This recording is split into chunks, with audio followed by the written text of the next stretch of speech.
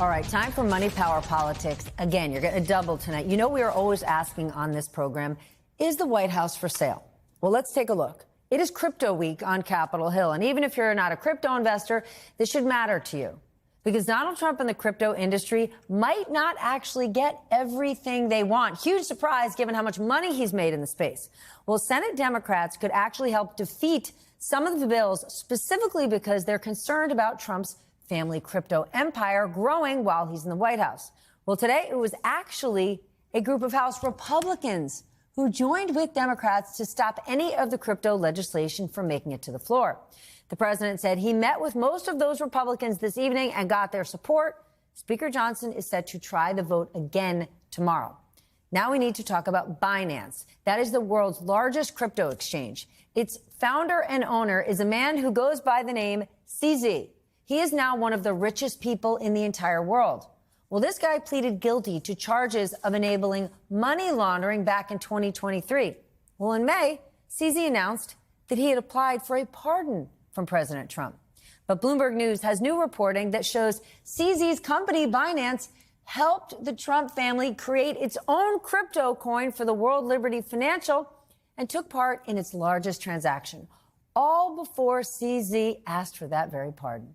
Joining me now, one of the reporters on that very important story, Zeke Fox, investigative reporter for Bloomberg Businessweek and a crypto super expert. Walk us through this new reporting because it's pretty stunning, especially given that crypto could end up being how the Trump family has made the majority of their money over the history of their family's fortune.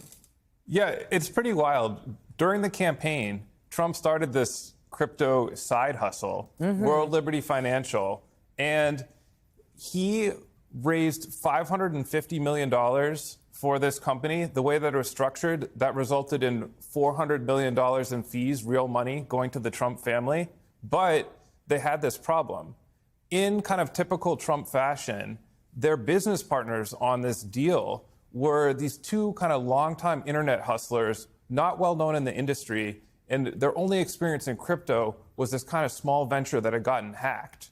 So now the Trumps were backing this new crypto venture, but they didn't really have a product or anybody They needed who could a daddy. make one. They needed a crypto daddy. So here comes CZ, the biggest guy in crypto, billionaire.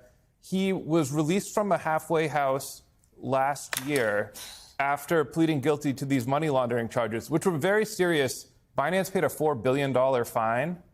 Let's back this up. The guy was released from a halfway house, paid a $4 billion fine. He still goes on to be one of the richest men in the world and now essentially a business partner to the Trump family. Right. So none of this was disclosed, but behind the scenes, CZ and Binance provided engineering help that helped World Liberty create its first product, a stable coin called USD1. So that bill that Trump was pushing, that he's hoping is going to get through this week, that's going to help this product that World Liberty developed with help from Binance. Extraordinary. All right, let's talk about the crypto bills on the Hill this week. What do you make of them and what's actually going to get passed? I mean, I definitely was not predicting that hardline Republicans would be the ones standing in the way. Yeah, it seems like this is kind of like a House-Senate squabble that they're going to get worked out. The odds are good that they'll pass this Genius Act, which would effectively legalize the way that stable coins are used now. So these are cryptocurrencies that are backed one-to-one with U.S. dollars. There's a lot of concern that these are being used for money laundering. They're quite popular with criminals. You keep seeing them pop up in all kinds of cases with like Russians evading sanctions or drug traffickers. This, because they can be moved quite easily around the world from one anonymous wallet to another, this bill would do nothing to change that. Okay, so this bill does nothing to address money laundering whatsoever. They're saying that some new requirements will be put into place. They haven't been specified, but at the core of crypto is that you can hold your crypto in an anonymous wallet. Anything that would change that is heading into the central bank digital currency category, which is what the hardline Republicans are really opposed to. Okay, this was stunning to me. I mentioned him earlier in the show, but listen, Jamie Dimon says that JP Morgan is now going to get involved in stablecoins, even though he doesn't get the appeal. Okay, the fact that the CEO of the company is publicly saying, yep, we're going to get really involved in stablecoins, but I don't get it. To me, that's Jamie Dimon saying, I don't know, this seems like a bunch of BS, could be criminal, not sure, but if you can't beat them, join them. If there's money to be made, we better have some chips on the table. Yeah, I mean, I can tell you what one appeal is for him. JP Morgan has something like 20,000 employees in compliance. Tether, the world's biggest stablecoin, which, Howard Lutnick's favorite. yes, the Commerce Secretary has a stake in it. They only employ 150 people total. So if stablecoins are governed by these new rules that are much looser than what apply to banks, banks could get into the stablecoin business and, you know, boost their profits, employ fewer people checking everything. So it could be good for Dimon, too. My goodness. Before we go, Politico is reporting that the crypto industry is building a war chest when it comes to next year's midterms. It already stands at more than $140 million. How influential is crypto becoming in politics?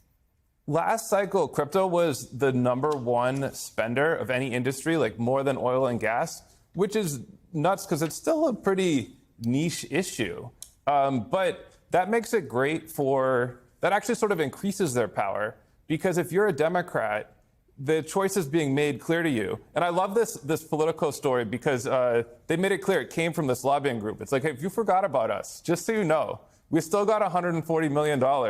Last time around, they spent $40 million to defeat Sherrod Brown and get a more pro-crypto senator in there. It worked. Yeah, I mean, they're saying, be afraid of us. We might support these bills, or we might be, you know, supporting your opponent next time around. Sam Bankman-Fried is sitting in a jail cell somewhere just shaking his head like timing, timing, timing.